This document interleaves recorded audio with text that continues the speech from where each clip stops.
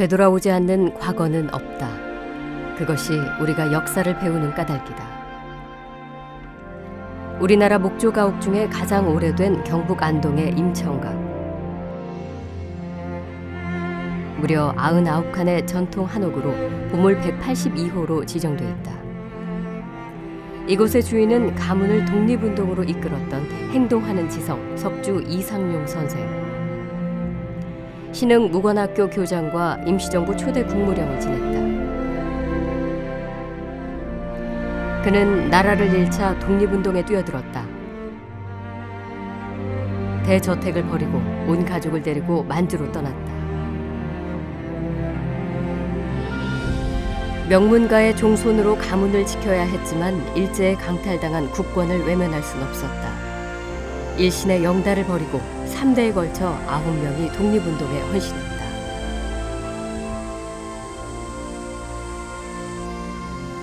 후손들 또한 해방 이후에도 한동안 타향을 떠들며 신선한 삶을 살아야 했다. 그러나 지금 독립운동은 가문의 영예이며 그 선조는 후손들의 자부심이 됐다. 1895년에서 1945년까지 50년간을 독립전쟁이 시작이 됐는데 석주 선생 처음부터 시작해 돌아가실 때까지 34년, 32년까지 돌아가실 때까지 계속 했거든. 계속 중심에 서 있었다.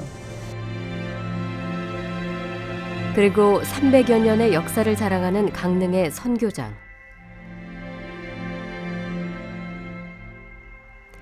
10대에 걸쳐 후손들이 살고 있는 선교장은 현존하는 한옥 살림집 중에서 규모가 가장 크다.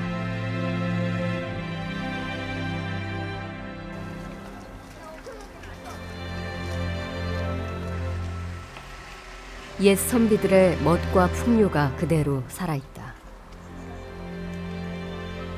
이런 데서 또 이러고 산다면 얼마나 좋았을까. 한 200년 전에 이렇게 살고 가신 선조들 참 대단하신 분이 사셨던 곳이라서 감회가 새롭습니다. 그러나 이곳 선교장에는 감춰진 비밀이 있다. 이 대저택을 지금의 모습으로 중건한 사람은 일제 때 6년에 걸쳐 조선 총독부 중추원 참의를 지낸 친일파 이근우다. 여기가 그 일제 시대 때 친일파인 거는 혹시 알고 계셨어요? 그런 건 모르셨어요? 잘 된 사람은 친일파였다는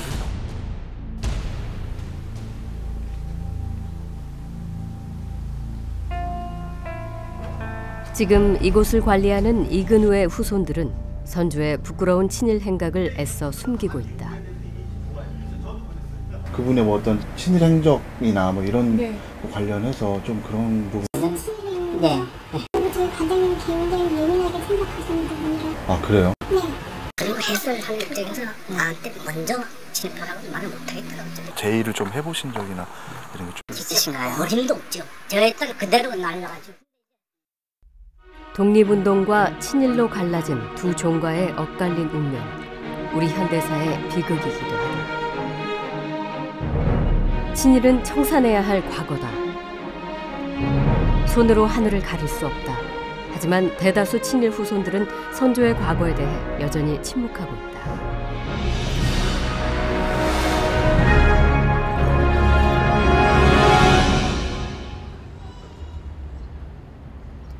지난 7월 말 작은 문제가 하나 있는데 서대문 형무소 기념관 앞에서 한 퇴직 노교사를 만났다. 그는 지난 2005년 민족문제연구소가 친일 인명사전 수록 예정자를 발표하자 할아버지의 친일 행적을 고백했다.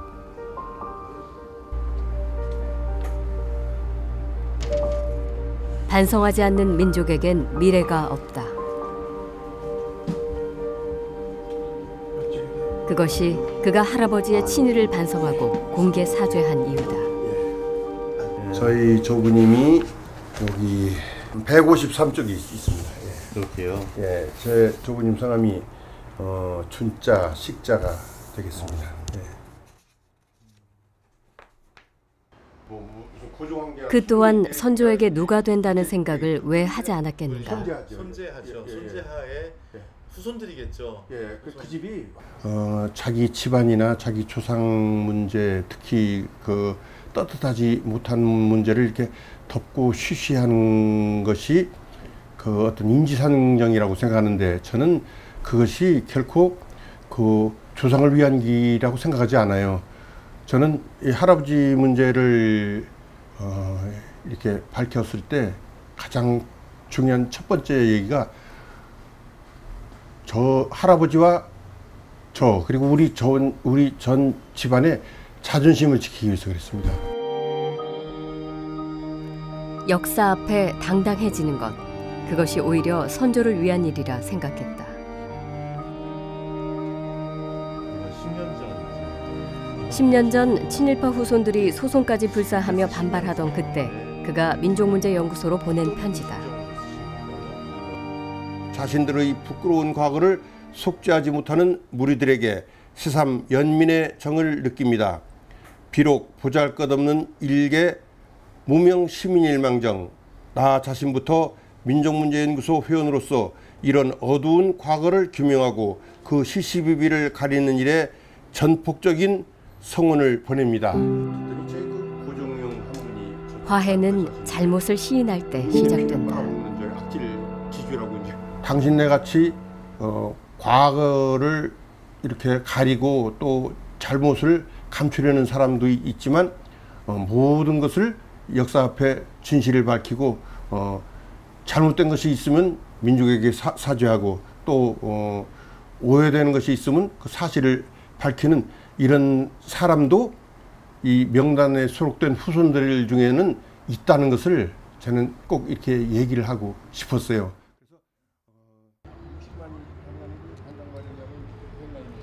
이윤 씨에게는 자신의 앞서 친일 행위를 고백했던 한 사람에 대한 기억이 특별하다. 제가 그 홍익대학교 부속학교에 있었는데 그 70년대 이학영 선생이 홍익대학 총장을 했죠. 친일을 했던 분으로서 그 자기 그 과오를 뉘우치는 어떤 정말 선례 모델 케이스를 만드신 분은 아닌가, 저는 그렇게 존경스러운 마음으로 생각하고 있습니다. 이광수를 따랐던 문학청년 이학영. 훗날 홍익대 총장과 문교부 차관까지 지냈던 그는 자신의 친일 행적을 죽을 때까지 반성했다.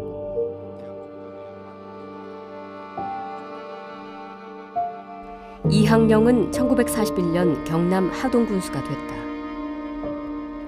해방 후 그는 출세와 보신에 눈이 어두워 국민들을 죽창으로 위협했다고 고백하며 자신의 친일 행적을 사죄했다. 그가 남긴 자전수필집. 여기서도 그는 일제강점기 당시 군수 이상은 죄다 친일파였다며 자신의 과오를 처절하게 반성한다. 당시의 군수라는 직책은 말하자면 동족을 괴롭히고 백성을 착취하는 것이 그 임무였다.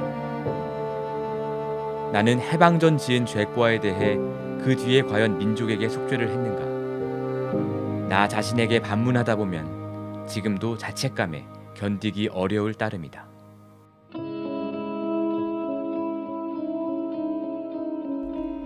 나라 잃은 서름을 노래했던 국경의 밤의 시인 김동환은 일제의 선전 활동에 동원됐다. 하지만 그는 반성하지 않았다. 1994년 그의 셋째 아들인 김영식은 아버지의 일대기를 펴내면서 책 말미에 이렇게 썼다. 나는 이제 아버지가 저지른 한때 민족 정신에 반하는 친일 행위에 대해 아버지와 우리 가족을 대신하여 제3 국가와 민족 앞에 깊이 머리 숙여 사죄합니다.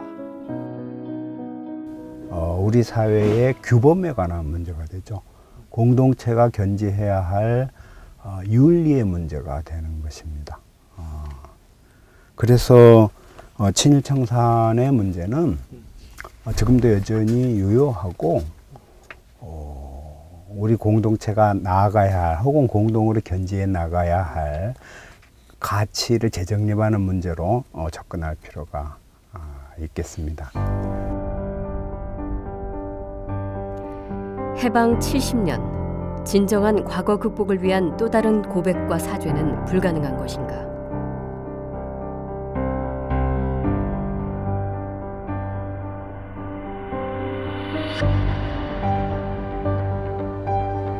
뉴스타파는 지난 8개월 동안 찾아낸 친일 후손 1177명을 대상으로 역사적 화해를 위한 다양한 시도를 했다.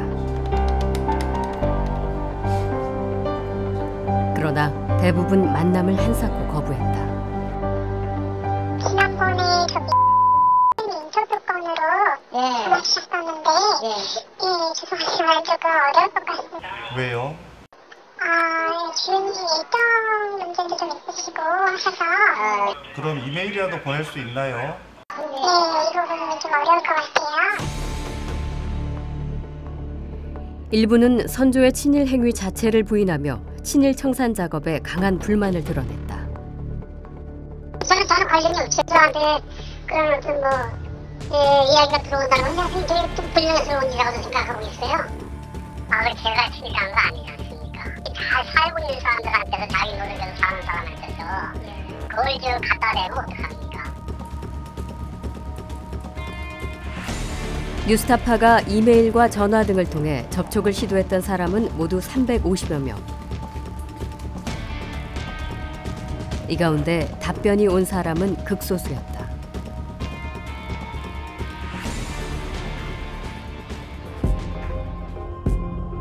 이메일 답장이 몇 통 왔지만 그 또한 모두 익명을 전제로 한 것이었다. 그분은 작고 한지 오래돼 저와는 일면식도 없습니다. 또 들은 바도 없습니다. 살아오면서 친일 후손으로서 그다지 시달린 바도 없고 정신세계의 먼 조상의 존재가 차지하는 부분도 많지 않습니다. 증조부께서 큰 부를 이루셨으나 부를 이룬 과정에서 민족을 수탈한 것이 아니었고 또 이룩한 부로서 적극적으로 사회사업을 하셨으니 이 부분은 제가 오히려 존경하는 부분이고 사과할 일이 있다고 생각하지는 않습니다. 오늘은 친일파 현준호의 후손 현모 씨를 만나러 가고요. 답장도 오지 않고 통화도 되지 않는 후손들은 직접 찾아가 만남을 시도하거나 편지를 전달했다. 그들을 역사적 화해의 장으로 이끌어내기 위해 부단히 접촉을 시도했다. 역사를 잊은 민족에게 미래가 없다. 그것이 뉴스타파가 친일 후손들을 찾은 이유다. 하지만 순탄치 않았다. 광복 70주년 기획 아이템을 취재하고 있습니다. 그 김현수님의 친일 행적 관련해 가지고 몇 가지 후손으로서 몇 가지 좀 여쭤보려고 왔는데요. 그 광복 70년 특집 프로그램 관련해서 저희가 몇 가지 좀 여쭤보려고 왔습니다.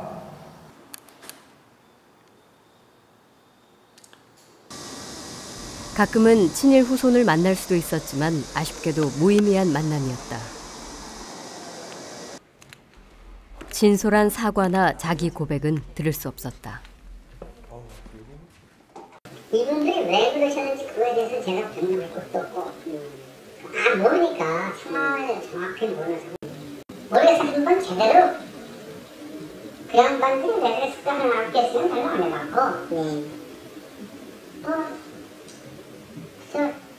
그냥 듣다 지금 배부른 거를 하신 거 아니었나? 혼자 생각해. 누군가 과거의 죄를 잊고 참회 없이 또다시 부귀와 권세를 누린다면 누가 역사를 두려워하고 정의를 위한 길을 가려고 할 것인가? 일제가 독립군을 토벌하기 위해 만든 간도 특설대 출신 백선엽. 정부가 발표한 친일 반민족 행위자 1,006명 가운데 유일한 생존자인 그를 찾아갔다. 뉴스타파라는 곳에서 왔습니다. 저희가 이제 광복 70주년 프로그램을 하고 있는데 백 장군님께 좀 이제 여쭤보고 이럴 부분이 좀 있어가지고. 지금 96세입니다, 이분이. 예. 어르신들 이제 병원도 하시고. 많이 편찮으세요? 안 하세요. 이제 그런 외부 활동을. 네. 죄송합니다. 그럼 편지는 읽으실 수 있나요? 대신 읽을 수밖에 없죠. 듣기만 하십니다. 이거라도 좀 전해주시죠. 네네. 예. 그 이제 반민규명법 만들 때부터 사실은 이제 군인 문제가 제일 큰 쟁점이 됐잖아요. 이제 박정희 때문에. 그렇죠. 다른 분야보다는 이제 군인이 늘 쟁점이 됐거든요. 그래서 이제 처음에는 그 장교로 법안을 만들었는데 당시 한나라당에서 박박우겨가지고 소자 이상으로 저기 법정을 바꿨단 말이에요. 유일하게 많이 걸린 게 뭐냐, 간도 특설 때예요. 그는 평생 단 한 번도 자신의 친일 행적을 반성하지 않았다. 올해 나이 96. 다른 친일파들이 그랬듯 자신의 과오를 후손들에게 멍해로 남길 것인가.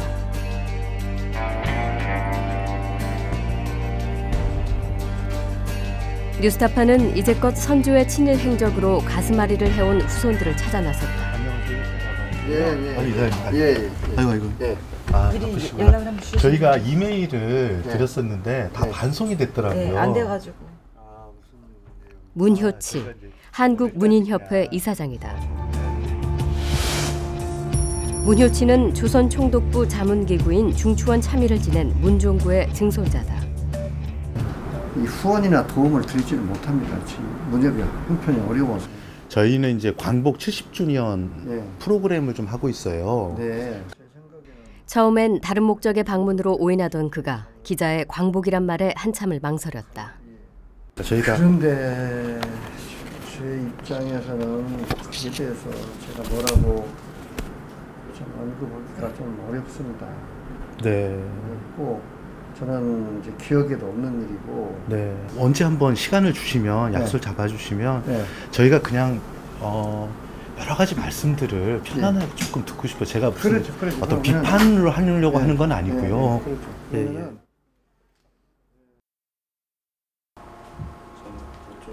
그리고 며칠 뒤 문효치 문인협회장이 뉴스타파 카메라 앞에 섰다. 수십 년 동안 가슴에만 묻었던 선조에 대해 처음으로 털어놓기 시작했다. 증조부의 어떤 친일 행적에 대해서 당사자일 수도 있는 후손으로서 어떻게 평가하십니까? 그건 옳지 않다고 저는 평가를 합니다. 분명하게. 저는 지금도 반일주의자입니다. 아니, 민족주의자죠. 증조부가 그런 것을 했다는 것에 대해서 저는 옳지 않다. 그렇게 생각을 합니다. 후손으로서 기왕에 지금 뭐 카메라 앞에 이제 나서셨는데 어떤 공개적으로 좀 사과라 그럴까요? 혹은 그런 말씀들을 하고 싶으시진 않으신가요? 어떤가요? 분명히 얘기하면 저희 증조부는 어쨌든 잘못된 선택을 한 건 사실입니다. 여러 가지 고민을 했겠지만은 저는 그렇게 생각합니다. 분명히 잘못된 선택을 하셨다. 그 부분에 대해서 저는 후손으로서 사과할 일이 있다면 하겠습니다. 저희 조상을 제가 대신해서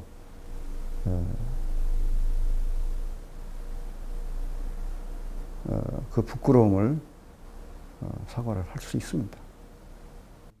그게 이제 그는 평생 선조의 친일과 불효 사이에서 괴로워했다. 이제 공적인 입장에서 보면 탐액을 하고 사적인 입장에서 보면 또 그게 아니란 말이에요. 할아버지 아니에요. 근데 우리 옛날부터의 관념은 조상의 죄에 대해서 고발하는 것은 불효예요. 그렇잖아요. 조상의 죄를 자손이 고발하는 건 죄입니다. 그건 인간의 도리가 아니겠습니까? 그거는 제가 지금 사실은 웃으면서 얘기를 해도 상당히 마음속으로 울면서 하는 얘기입니다. 불이익을 감수하고서라도 이렇게 카메라 앞에 서게 된 이유가 따로 있는가요? 그저 내 생각을 진솔하게 얘기를 하면 되겠다. 그리고 이 시대적, 역사적 어떤 그 아픔인데 우리 민족이 겪어야 될 한 아픔인데 한 작가로서 굳이 이것을 그냥 덮어버리고 가는 것도 아니지 않냐 이런 생각을 합니다. 네. 그래서 제가 지금 이것 때문에 혹 제가 활동하는 데 있어서 불편이 생긴다든가 그러지 않기를 바라지만 그렇다고 해도 그것은 내가 감수해야 될 업이다. 이런 생각을 합니다. 그는 역사 앞에 당당하고 싶었다. 그리고 며칠 뒤 한 친일 후손으로부터 이메일 답장이 왔다. 크로아티아의 수도 자그레브에서 온 편지였다. 증조 할아버지의 행적이 조국의 독립과 애국 애족에 힘썼던 당대의 많은 애국자들과 그들의 후손들에게 고통이 되었기에 친일파 자손 중 한 명으로서 진심으로 사죄와 용서를 구하고 싶습니다. 그의 진솔한 답장에 뉴스타파 또한 감사의 마음을 전했다. 그리고 한 달 후 한국에서 그를 만났다. 김경근 목사는 크로아티아에서 기독교 선교 활동을 하고 있다. 그는 친일파 김낙헌의 증손자다. 김낙헌은 일제강점기 검사와 판사로서 수많은 의병장과 독립투사를 기소하고 재판했다. 그는 뉴스타파의 이메일을 받기 전까지 증조부의 친일 행적을 전혀 몰랐다고 했다. 그 증조 할아버지가 그러면 재판장, 뭐 검사였어요? 네. 그러니까 아마 증조 할아버지 처음으로 변호사 자격증이 국내에 도입되면서 근대식으로 최초의 변호사셨을 거예요. 네, 이런 분들의 의병이나 독립운동하신 분들의 재판을 했고 또 그분들에게 이제 그 중형을 선고하거나 그렇게 했다는 거죠. 그럼 이렇게 아셨을 때의 느낌은 어떠셨어요? 그 편지를 받으셨을 때, 저희가 편지를 보내드렸을 때 이메일로. 저보고 이제 친일파 자손이라고 하니까 좀 황당하기도 하고 또 한편으로는 선대가 했던 어떤 잘못된 어떤 행위라고 생각하지만 그거를 내가 모른다고 해서 그게 내하고 관계없다고도 생각 못 하겠더라고요. 양심상. 제가 우리 정조 할아버지나 할아버지 통해서 10원 한 장 안 받았다 하더라도 그분들이 없었으면 제가 태어났겠습니까? 부끄러운 선조이지만 자녀들에게도 솔직히 털어놨다. 제가 저희 애들 보고도 이야기했어요. 메일 받고 우리 애들 보고 야, 아빠가 친일파 후손이다. 너희들도 그렇게 되면 똑같아. 그래서 더 잘해. 열심히 다른 사람들 잘 섬기고. 그래서 그렇게 이야기해 줬어요. 그러니까 애들이 뭐라고 했어요? 애들이 우리 친일파 후손이야. 굉장히 당황해하면서 이거 어떡하지? 하면서 하여튼 뭐 애들은 좀 또 애들이니까 좀 생소했겠지만 또 자기들 나름 속에 마음에 부담감이 없지 않아 있었겠죠. 그래서 그의 사죄는 진솔하고 담백했다. 저도 다 이해할 수는 없지만 그때의 상황을 잘 모르지만 그럼에도 불구하고 그들이 누린 영화에 비하면 고통받았던 분들의 어떤 상처와 아픔과 지금까지 이어지는 그런 어떤 눈물들을 정말 미안하고 또 말로서 표현할 수 없을 정도로 죄송하고 친일파의 어떤 그 행적을 했던 분의 후손으로서 도울 수 있는 부분에 돕고 또 마음을 함께 나누고 또 위로해드리고 싶고 그리고 진정 그분들이 원하는 것들이 있다면 힘써 도와드리고 싶고 그렇습니다.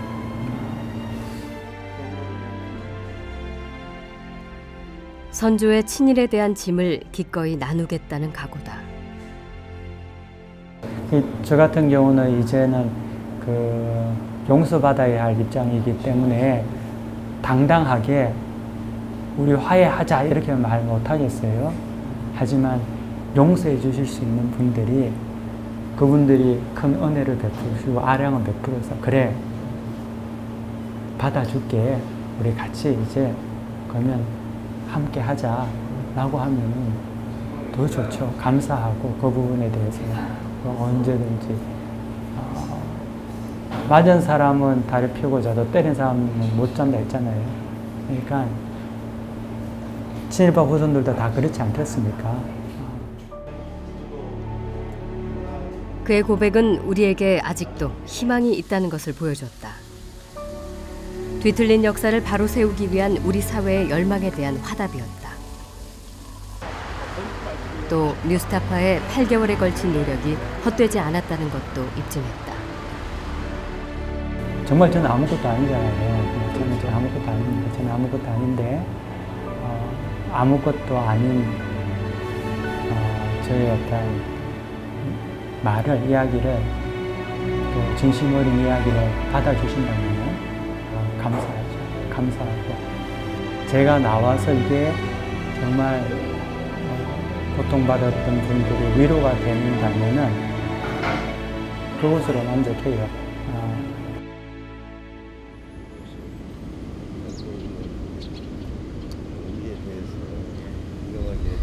할아버지의 친일 행적이 공개되면서 오랫동안 가슴앓이를 해온 홍영표 의원도 뉴스타파 카메라 앞에 섰다.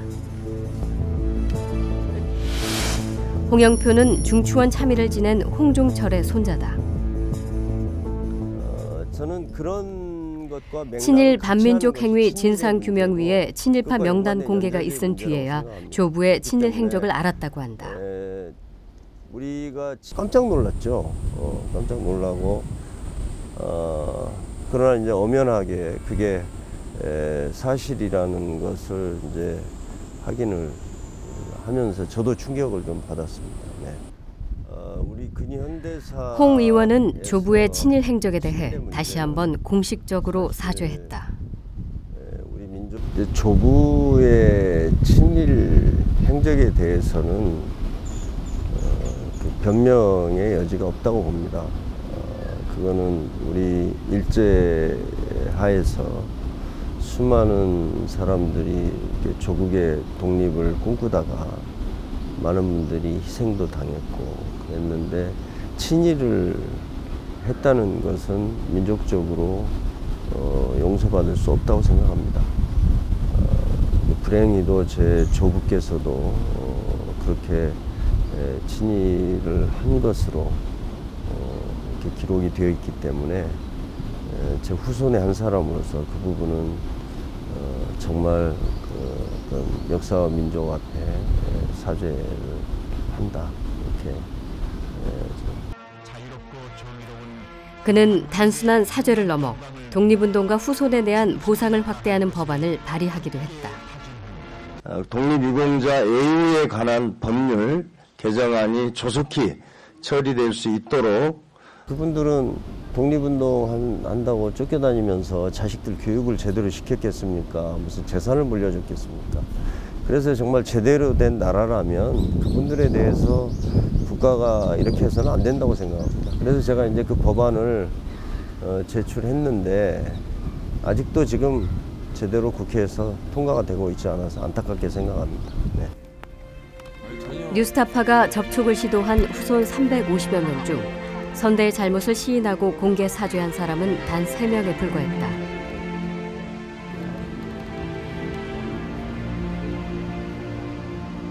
그러나 이 3명의 진심 어린 공개 사죄는 진정한 화해의 가능성을 여는 단초가 됐다. 위로를 하고 싶어요. 좀 격려도 해주고 그러지 마라. 그런 인식에서 벗어나라. 선대가 분명히 잘못한 걸 잘못했다. 그거는 인정하는 선에서 끝내고 언제까지 끌고 가느냐. 우리가 털 수 있는데 지금 털지 못하고 있는 거다. 우리 개인끼리라도 내 집안의 이 문제를 털고 가야 안 되겠냐. 이들이 세상에 선조의 민낯을 드러낸 것은 이 땅에서 친일의 역사가 망각되기 전에 어긋난 역사를 바로 세우기 위해서일 것이다. 기억하지 않는 역사는 되풀이되기 때문이다. 해방 70년, 우리에게 친일파는 무엇인가? 이들의 행위는 우리 민족에게 씻기 힘든 치욕을 남겼다. 그러나 이제껏 한 번도 제대로 청산되지 않고 역사의 부끄러운 멍해로 남았다. 지금에 와서는 다 돌아가셔서 저희가 뭐 이거 처벌을 운운할 문제는 아니라고 생각을 해요. 근데 이걸 진상을 밝혀놔야 이후에 이런 일을 하는 사람들이 없어져요. 근데 진상을 안 밝히면요, 야 이거 나쁜 짓을 해도 넘어가는구나. 이렇게 되면 나쁜 짓을 자꾸 하게 돼요. 근데 야 이게 나쁜 짓을 하니까 교과서에 나쁜 짓을 했다고 나오네. 이런 나쁜 짓은 못해요. 자기 후손들이 그걸 볼 텐데요. 낯을 어떻게 들고 다니겠어요. 홀로코스트 기념관이라든지 이제 이런 것들도 사실은 나치의 그런 잔인한 행위를 한 거를 스스로 고백하는 그런 기념관들이 있지 않습니까? 그런 아픈 과거를 솔직히 밝혀서 다시는 앞으로 이런 일이 없도록 하기 위해서는 그런 것들을 늘 경각시키고 다시 이렇게 재인식시키는 그런 박물관이나 어떤 전시관이나 그런 게 꼭 필요하죠. 과거를 기억하지 않는 민족에게 희망은 없기 때문이다. 일제의 압제 속에서 피눈물을 흘리며 고통을 겪었던 36년. 그것은 우리 민족의 정체성마저 뒤흔들었고 우리 역사에 잔혹한 상처를 남겼다. 나라의 주권을 잃자 일제와 친일파의 만행은 전 국토에 각인됐다.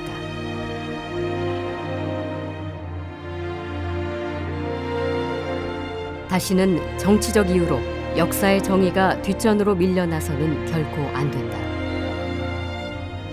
우리는 해방 직후 나라를 세우는 일이 먼저라는 이유로 친일 청산에 눈을 감았다. 그 결과 정의가 부정되고 가치는 뒤집혀졌다. 해방 70년, 이 땅에 진정한 화해의 역사가 시작되는 바로 그날까지 친일 청산에 대한 국민들의 열망은 결코 꺾이지 않을 것이다. 오늘도 역사의 파수꾼은 살아있다.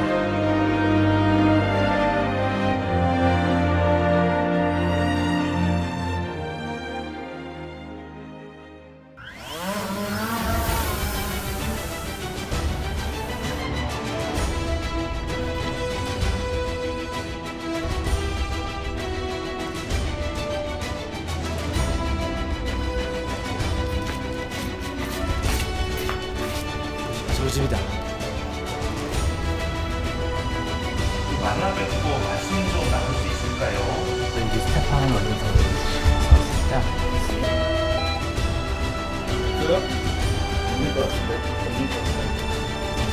아무도 없어요. 관리실도 없고.